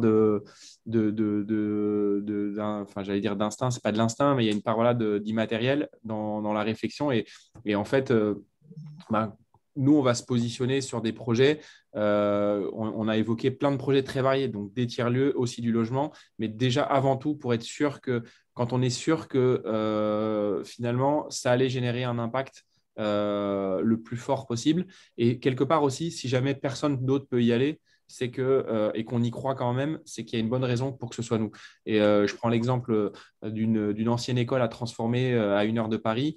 Le bâtiment, il est là, mais qui s'intéresse comme acteur de l'immobilier d'aller faire 8 logements en ville moyenne, en réhab lourde, à des prix qu'on sait d'ores et déjà avant de commencer, qui sont potentiellement au niveau des prix du neuf, avec des sorties de logements qui n'auront pas d'extérieur, ou alors une cour commune, donc une question à gérer, plus on est quand même en ville moyenne, mais c'est de l'urbain dense, donc comment on gère les voisins, les recours, etc. Donc en fait, on cumule un certain nombre de risques et de complexité, et en face de ça, on n'a pas, tu viens de l'immobilier classique, donc ton couple rendement-risque, il est un petit peu déséquilibré, quoi. Et donc, du coup, comment tu fais nous, on accepte des couples rendement-risque déséquilibrés parce qu'on y croit vraiment et qu'on croit que dans ce couple rendement-risque, il n'y a pas que le rendement, il y a aussi rendement, impact, fidélité, long terme, etc., qui font que ça rééquilibre le tout. Et du coup, nous, c'est plutôt que comment on va refuser, mais c'est plutôt pourquoi nous, on va aller sur ce projet-là. C'est parce que je pense qu'il n'y a pas beaucoup d'acteurs Et s'il y en avait un, franchement, on lui laissait avec plaisir parce qu'il est risqué, donc qu'il y aille. Mais s'il n'y va pas, et nous, on y croit, on y va. Voilà, on se mobilise. Peut-être, on va dire, Raphaël, je te laisse. Et puis, si on n'a pas suffisamment répondu à la question… Ouais, nous, nos critères, c'est un projet, un porteur, un projet, un territoire, un bien et un blocage. Il faut qu'il y ait une adéquation entre tout ça. Et puis, il faut que ce soit une activité ancrée dans l'économie sociale et solidaire. Et pourquoi ancrée dans l'économie sociale et solidaire? C'est pour répondre à ta deuxième question, et c'est un peu ce qui a été dit. C'est la question de la viabilité. Là-dessus, je prends un exemple qui est au-dessus, dans une vallée du Vercors, au-dessus de chez nous. C'est un épicier qui se casse la gueule en franchise, Coxy Market ou je ne sais pas quoi, peu importe, qui est repris par un autre, qui fait 70 heures par semaine, qui se casse la gueule. Les habitants, donc là, tu as tous les consultants classiques, les consulaires qui disent il n'y a pas de zone de chalandise. Et c'est vrai qu'objectivement, tu regardes, c'est pas terrible, il n'y a pas de zone de chalandise. Mais tu as les habitants qui disent en fait, nous, on ne veut pas écouter ça. Nous, on a besoin d'un lieu, on a besoin de faire ensemble. Ils montent une épicerie associative. 3 ans plus tard, il y a 3,5 ETP, 400 000 euros de chiffre d'affaires. Et il n'y a pas de zone de chalandise, si tu regardes les chiffres. Pourquoi? Parce qu'en fait, on n'est pas dans du commerce. Parce qu'en fait, le projet, il est social. Le projet, il est ancré dans le territoire, que les habitants, ils sont impliqués dans le faire ensemble, je viens donner du bénévolat. Les produits qui sont proposés, ce n'est pas des produits de franchisés, ça fait bosser les gens du coin, et que tu es au-delà d'un commerce. Et c'est pour ça que quand on explique pourquoi on installe des activités dans le champ de l'économie sociale et solidaire, ce n'est pas juste par éthique, ce n'est pas juste par croyance, même si on y croit et qu'on l'assume. C'est aussi par viabilité et pérennité économique. Et cet exemple-là, il y en a plein sur les territoires ruraux. Donc, la question des référentiels, elle est très compliquée.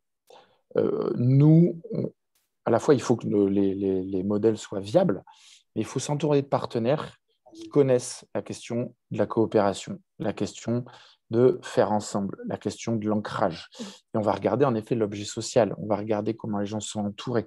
Et ça, c'est des facteurs extra-business plan qu'on arrive un peu à déchiffrer aujourd'hui, mais qui sont fondamentaux dans la question des viabilités en territoires ruraux.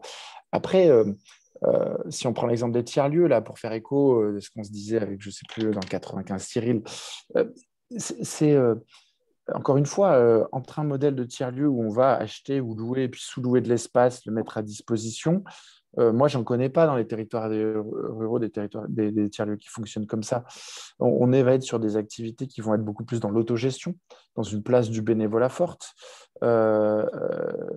ou sur des activités hybrides, fortement hybridées, avec une activité économique un peu phare sur une brasserie, un café, une épicerie, plus des activités annexes.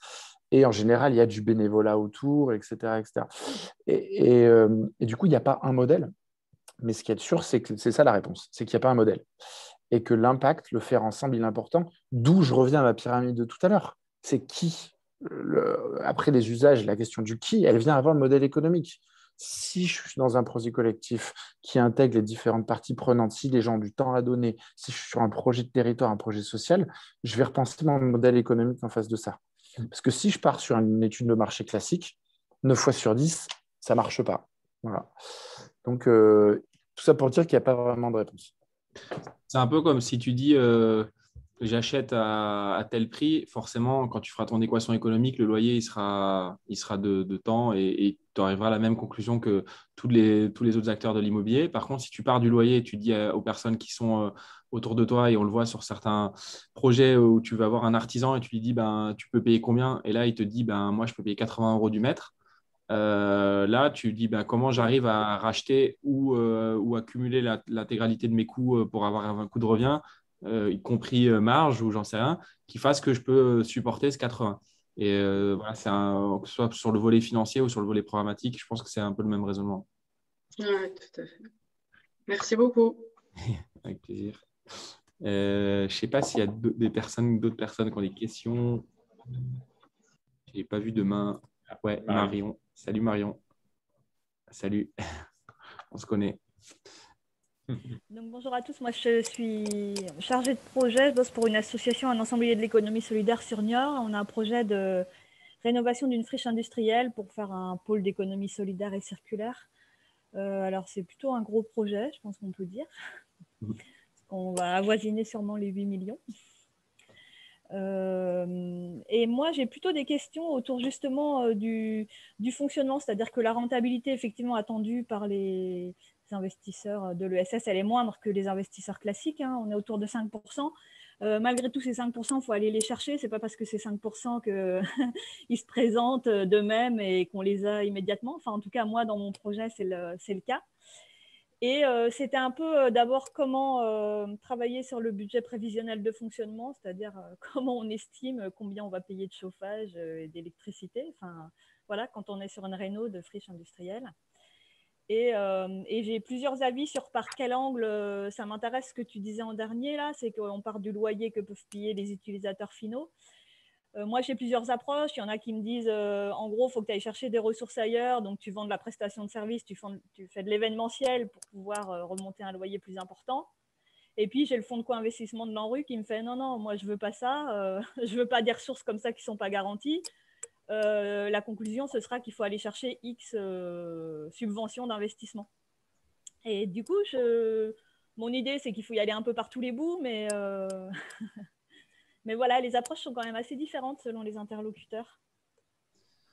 Alors, je vais prendre l'idée est la bonne. Très précise, hein, pardon. Non, mais c'est parfait.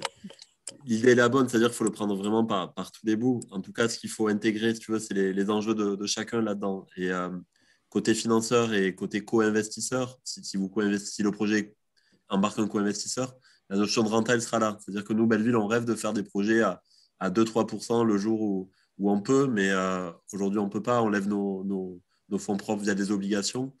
Et malgré tout, il faut un plancher un petit peu là-dessus. Et tous les co-investisseurs auront aussi un plancher. Donc, faire un tiers-lieu avec 5% de renta brute, c'est-à-dire que le loyer divisé par le prix de revient à 5%, c'est déjà un beau challenge. Ça veut dire qu'on a réussi à embarquer du monde parce que c'est relativement bas. Donc ça, je pense qu'il faut un peu poser des préalables sur cette renta et pas se dire qu'on peut faire un projet à 2-3% parce que ni les co-investisseurs ni les banques nous suivront. Ah oui, non, mon objectif, c'est d'atteindre 5. À partir de 4 pour l'ANRU, mais les autres, c'est plutôt 5. Oui, c'est ça. Et après, le sujet sub, il est assez vaste et il peut faire peur. On se dit les subventions, c'est compliqué, on ne sait pas trop par quelle boule prendre, on ne sait pas trop quelles sont les attentes, tout le monde demande des choses différentes. Je pense qu'il ne faut pas hésiter malgré tout à prendre à bras le corps ce sujet parce que les collectivités, elles n'ont qu'une envie, c'est que les territoires soient redynamisés. Le plan de relance, franchement, il est bien doté cette année sur tous ces sujets. Alors, en tout cas, je passe du temps sur les subs d'investissement. Je peux vous faire une demi-heure ou une heure. Il n'y a pas de souci. Ouais, mais on sait que c'est compliqué, mais il y a plein de choses à faire. Tu vois, moi, j'étais avec la NCT tout à l'heure et typiquement, leur fonds là, sur la restructuration des locaux commerciaux, il est intéressant. Sur les quartiers culturels, on a le ministère de la Culture qui a fait un appel à projet en ce moment. Sur l'ANRU, on sait qu'il y a des sujets. Les friches, recyclage foncier des friches. Hein. Nous, sur la Nouvelle-Aquitaine, il y avait 8 millions en 2021, 8 millions en 2022. Ils ont eu 110 millions de demandes sur 2021. On a eu la même en Occitanie. Ils ont tout dépensé et apparemment, ils ont choisi des projets plantés depuis 10 ans ou avec des gros soutiens politiques, quoi. Et on a été naïf, on a pensé que c'était la qualité du dossier qui est comptée. Ouais. En tout cas, si tu veux, sur les subventions, ce qu'il faut être, en gros, c'est téméraire parce qu'effectivement, on peut un peu se planter. Ce qu'il faut aussi, c'est essayer de vérifier avec les financeurs qu'on rentre dans les cases parce que des fois, ce n'est pas le cas et je pense qu'il ne faut jamais trop insister là-dessus. Voilà. Et puis après, en fait, le projet doit faire sens, il doit fédérer. Donc, ce qu'a beaucoup dit Raphaël et je pense que c'est aussi ce qu'on partage, c'est en quoi ton projet il va se différencier des autres et en quoi, en tout cas, il va apporter une dynamique au territoire. Et une fois qu'il y aura quand même un discours qui sera incontestable sur la dynamique que vous apportez, sur aussi, on a souvent des projets de transition dans les tiers-lieux qui amènent des nouvelles pratiques. Une fois que ce discours-là, il est super bien maîtrisé, on peut fédérer donc des financeurs, on peut financer l'action publique et on peut aussi fédérer tout un tas d'acteurs privés qui ont envie de s'inscrire dans ces démarches de transition. Nous, on le voit beaucoup sur Station A, par exemple, on a EDF, on embarque des locataires qui sont des émanations d'acteurs publics. On embarque aussi des privés qui veulent un peu se réinventer, qui veulent aussi se donner parfois une nouvelle image. Alors, il ne faut pas le faire pour ça, il ne faut pas que nos projets soient du greenwashing, mais tous ces projets, tu vois, ils ont des dynamiques fortes et ils peuvent embarquer du monde. Et une fois qu'on a coché toutes ces cases, on voit sortir des beaux tiers-lieux, en tout cas, nous, on le voit à Belleville. Et je suis sûr que vous allez y arriver, mais ça mérite du temps, ça mérite un peu de comprendre tout le monde, en fait. Tu vois, Adrien, pour rebondir, parce que on a pas mal échangé avec Marion. Donc, ce projet est vraiment, vraiment top et assez gros projet, comme tu disais, Marion, parce que c'est une zone industrielle. Donc, c'est vraiment le tiers-lieu par l'activité et le réemploi, le recyclage. Dans une zone indus, X milliers de mètres carrés, enfin, c'est top. Et comme je sais que tu as déjà l'ANRU et la Caisse des dépôts autour de toi, ce qui est quand même un préalable important, peut-être pour d'autres, quand tu parlais des charges, je pense que tu le sais, tu l'as peut-être bénéficié, mais peut-être d'autres ne le savent pas. Mais sur Station A, ils en avaient bénéficié aussi. C'est des études préalables de la Caisse des dépôts qui peuvent parfois financer. Donc, je ne sais pas si pour les charges, ça peut aider, mais en tout cas, pour d'autres lieux, quand vous avez des lieux à monter, et Cyril, je pense que ça peut être un truc. La Caisse peut financer des études à risque en amont, ce qui est déjà le mot risque et Caisse des dépôts, c'est souvent des mots qui sont compliqué à mettre ensemble, à juste titre, parce que c'est l'épargne des Français et des Françaises, mais il n'empêche. Et donc, du coup, nous, on est partenaire de la Caisse des dépôts sur plein de projets, mais cette notion d'appréhension du risque ou d'aversion au risque, elle est quand même importante. Et je pense que ce que tu disais, c'est que nous, on se doit, et je pense que c'est aussi le travail qu'on doit faire avec d'autres foncières, c'est acculturer tous les gros institutionnels comme l'ANRU, la Caisse des dépôts, qui sont vraiment, vraiment moteurs pour financer des projets qui ont du sens, mais qui ne peuvent pas, quand je parlais, c'est la question du risque, c'est vrai, ils ne peuvent pas, et heureusement, ils ne peuvent pas faire n'importe quoi non plus, mais par contre, de temps en temps, on aimerait bien les pousser, prendre un peu plus les pousser, les voir prendre un peu plus de risques. Et nous, en fait, un des rôles qu'on a avec Belleville, c'est justement ça, c'est essayer de faire ce trait d'union entre un projet comme le tien, comme le vôtre, qui est très engagé, mais parfois pas, si on pourrait dire, bankable dans le sens vis-à-vis de ces acteurs institutionnels. Ils vont regarder, ils vont se dire, bah, tiens, pourquoi tu n'as pas tant de bilan, j'en sais rien, tant de fonds propres et tout. Et nous, on essaye, et nous, on est petits. Donc, même nous, on est regardé, mais un peu moins, soit parce qu'on a de l'expérience dans l'immobilier, soit dans la construction, dans l'archi, etc., ou dans la finance. Et donc, du coup, on essaye que ce soit de plus en plus pour dire, ben voilà, maintenant, nous, on prend un risque au milieu des deux et on permet à la Caisse des dépôts ou à l'ANRU de prendre soit un peu moins de rendement, soit d'être un peu moins exigeant. Ça, c'est un autre débat de comment on peut faire front pour les pousser à prendre un peu moins de rendement et aussi un peu plus de risques. Et nous, on en prend une partie. Et voilà, donc ça, c'est un sujet de fond qui me paraît assez important. Je ne sais pas si Adrien… ouais, vas-y. Excuse-moi, je vais juste du coup me permettre, s'il y en a qui vont bénéficier de ça. Nous, on a eu effectivement plus un accompagnement qu'une étude financée par la Banque des Territoires. Mais parce que comme moi, je suis salariée à plein temps, notre idée, c'était quand même d'être plutôt dans de l'accompagnement. Et c'était le début du projet. Donc, ils nous ont proposé un prestataire qu'on a pris sans discuter. Et en tout cas, je vous invite à être tatillon sur le prestataire.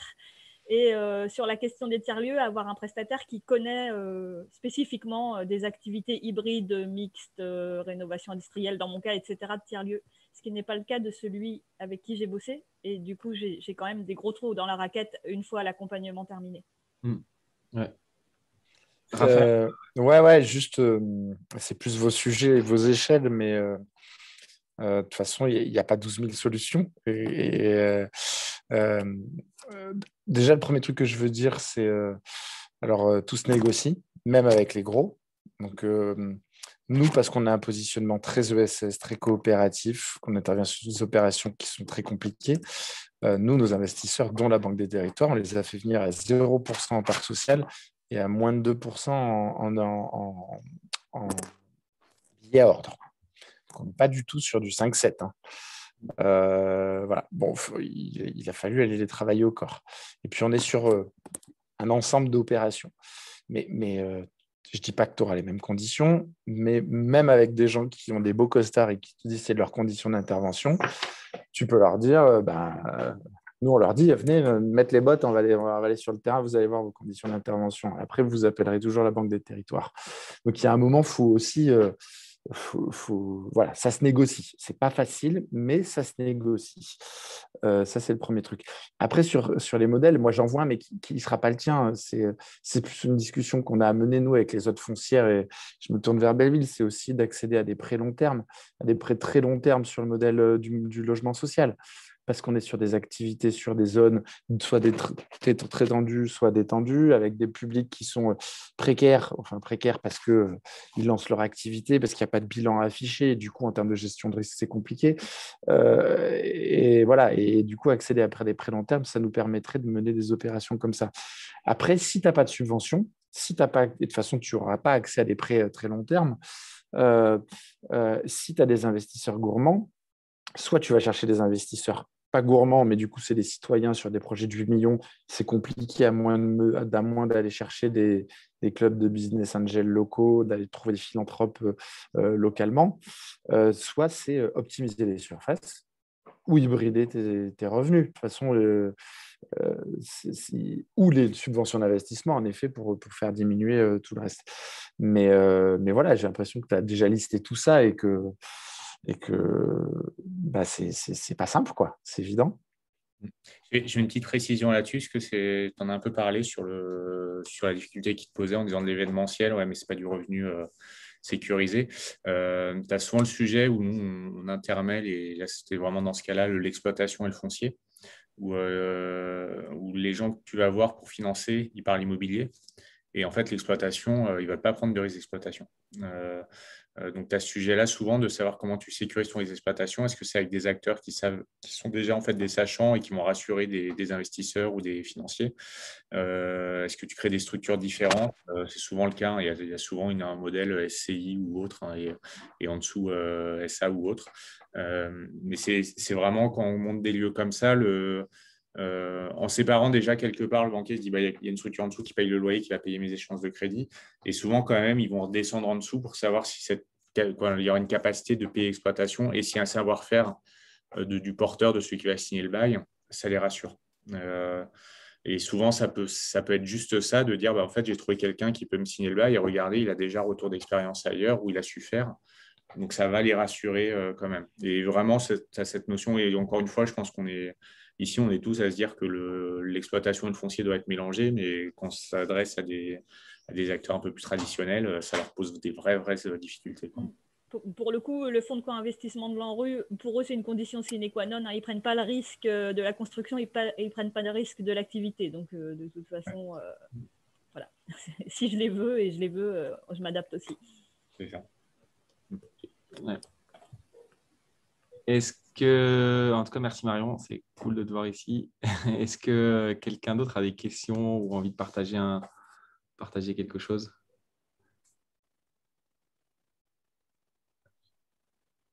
Je ne vois pas de main levée. Voilà, tu vois des mains levées. Tout le monde veut manger. Ouais, faites gaffe, sinon on nomme quelqu'un au hasard. Non, mais le but, c'est qu'on s'arrête quand on a fait le tour. Donc, voilà, je pense si on est bon, merci. On peut s'arrêter là. Peut-être Raphaël, tu veux dire quelque chose en fin ou... Non, merci de l'invitation. Merci pour vos questions. Super. Moi, je suis dispo pour s'il y a besoin de creuser certains points sur de l'accompagnement, sur des projets plus ruraux. Voilà, n'hésitez pas à relayer la levée de fonds. J'en rajoute une couche. Ouais, faites-le parce que c'est dur. Sur l'ITA. Ouais, faites-le parce que franchement, on y est passé. C'est un moment dur. Un petit partagé, ça permet vraiment de remonter du monde. Tu as raison de le dire, mais si vous avez 5 minutes pour le faire, c'est cool. Voire même 5 secondes. Ouais. Voilà. Et puis dire du coup à Belleville, à vous 4, 5, je ne sais plus combien vous êtes là aussi. Voilà, il y a des sujets, ça remonte encore. Il y a des sujets on a parlé des OFS, enfin, sur l'activité, des prêts long terme et d'autres. Je pense qu'il y a des sujets explorés conjointement et ça le montre encore et c'est chouette. Ouais, carrément. Merci Raphaël d'avoir été là. Et puis, merci à toutes et à tous. Très cool de vous avoir vu. Et puis, si vous avez des retours d'expérience là sur l'échange, s'il y a des trucs qui n'étaient pas fluides ou qui étaient bien, dites-nous parce que c'était le premier qu'on faisait comme ça. Mais si on a en fonction, on reproduira. Enfin, en tout cas, c'était l'idée. Et puis, voilà, passez une très bonne soirée et à très bientôt. Salut. Ciao. Merci beaucoup. Au revoir à tout le monde. Merci beaucoup. Merci Raphaël. Merci à tous. Merci beaucoup. Au revoir. Merci, au revoir. Salut.